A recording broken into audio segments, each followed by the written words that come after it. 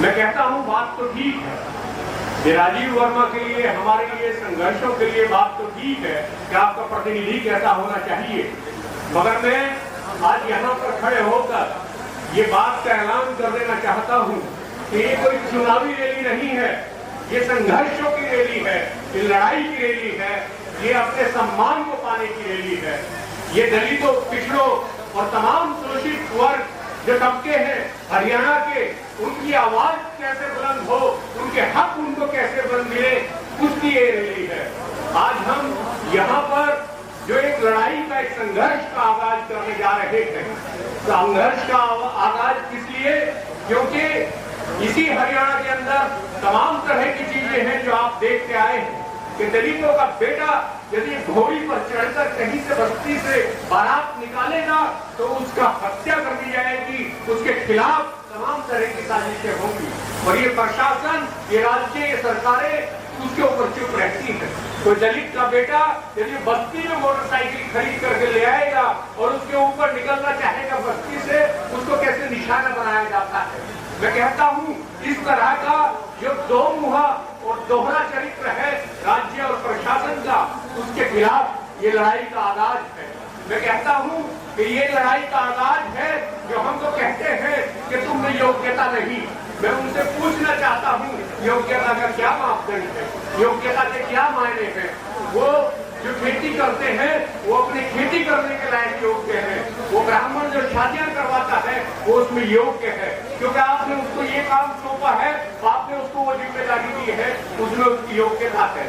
क्या जूता बनाने वाला जो व्यक्ति है, जितना खूबसूरत वो जूता बना सकता है, क्या किसी ब्राह्मण के अंदर हिम्मत है कि उस तरह का जूता बना सके? क्या जुल्हा है जो कपड़ा बुनता है तो खूबसूरती से, या किसी दूसरे ऊंची जाति के जो कहा जाता है किसी ब्राह्मणवादी के अंदर वो योग्यता है? मैं ये कहता हूँ योग्यता के नाम पर जिस तरह से हजारों साल से तिरस्कार किया गया दलितों का, पिछड़ों का, और उनको नीचे रखा गया, दबा कर रखा गया। मैं कहता हूँ कि प्रजातंत्र हमको समझाता है, ये लोकतंत्र हमको बताता है, और ये बाबा साहेब भीमराव अम्बेडकर का संविधान हमको कहता है कि सब इंसान बराबर है, सबको बराबर मौके मिलने चाहिए, सबको बराबर हक मिलना चाहिए। उसी बराबर की लड़ाई के लिए, उसी बराबरी की लड़ाई को एक नया आयाम में, एक नई मंजिल तक पहुंचाने के लिए हमने ये रैली का आयोजन किया है।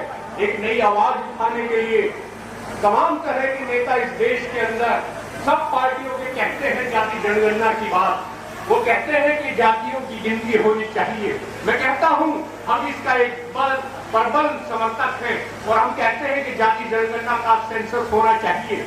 आजकल के दिनों में राहुल गांधी जो कांग्रेस के नेता हैं वो भी लगातार इस बात को उठा रहे हैं। हम इस मंच से उनकी इस मांग का समर्थन करते हैं और ये भी कहते हैं मगर जब जाति की जनगणना हो तो तुम्हारी पार्टियों के अंदर भी जनगणना होनी चाहिए कि दरी पर बैठने वाले कितने हैं और गद्दी पर बैठने वालों की गिनती क्या है और दोनों में फर्क क्यों है। आज इसी बात को, इसी मुहिम को, इसी लड़ाई को आगे बढ़ाने के लिए, इसी संघर्ष को आगे बढ़ाने के लिए हमने इस रैली का आयोजन किया है। मैं कहता हूं आज इस रैली के माध्यम से हम कहेंगे, हम संसद की तरफ मार्च करेंगे जाति जनगणना की मांग करते हुए और ये कहते हुए जितनी हमारी गिनती है उतनी हिस्सेदारी हमको प्रशासन में, सत्ता में, और उतनी हिस्सेदारी हमको संसाधनों के अंदर, दौलत में इस देश की मिलनी चाहिए। ये हमारा हक है, कोई भीख नहीं जो तुम देना चाहो, जब चाहो दे सको हमको। इसी बात को लेकर के यही एजेंडा इस जो है रैली का है।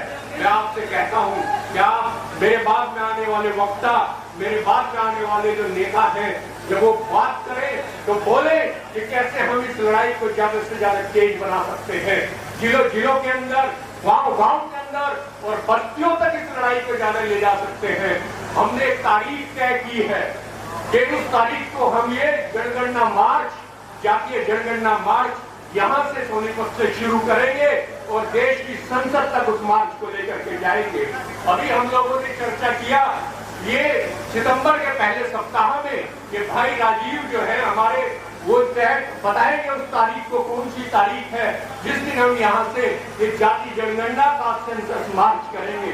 मैं आपसे फिर कहता हूँ कि लड़ाई छोटी नहीं है, लड़ाई सर उठाकर जीने की है। लड़ाई उन हकों को लेने की है जो तमाम तरह के हक हमसे छीने गए हैं एक इंसान होने के नाते। अभी पिछले दिनों आप लोगों ने देखा जिस तरह से सुप्रीम कोर्ट का एक फैसला आया। सुप्रीम कोर्ट का फैसला कहता है SC/ST के अंदर भी सब डिवीजन होना चाहिए, उसके अंदर भी बंटवारा होना चाहिए। मैं कहता हूँ आप इस देश के अंदर जो वैकेंसियां बैकलॉग की है, बैकलॉग माने जो वैकेंसियां SC/ST OBC के लिए की निर्धारित और वो भरी नहीं गई है, वो लाखों की तादाद में है, उनका 50% हिस्सा भरा गया है। कहा ये हमारे बीच बंटवारा करने की बजाय ये क्यों नहीं कहते ये नौकरियां, ये वैकेंसी खाली क्यों है, इनको भरा क्यों नहीं जाता। आप इसके ऊपर कोई आयोग गठन करने की बात करें और जो तय करे कि किस तरह से उन वैकेंसी को, बैकलॉग वैकेंसी को भरा जाए। आप हमारे बीच में बंटवारा फूट डालने की कोशिश मत करो। जो हमारा हिस्सा है उसको देने की नियत रखो।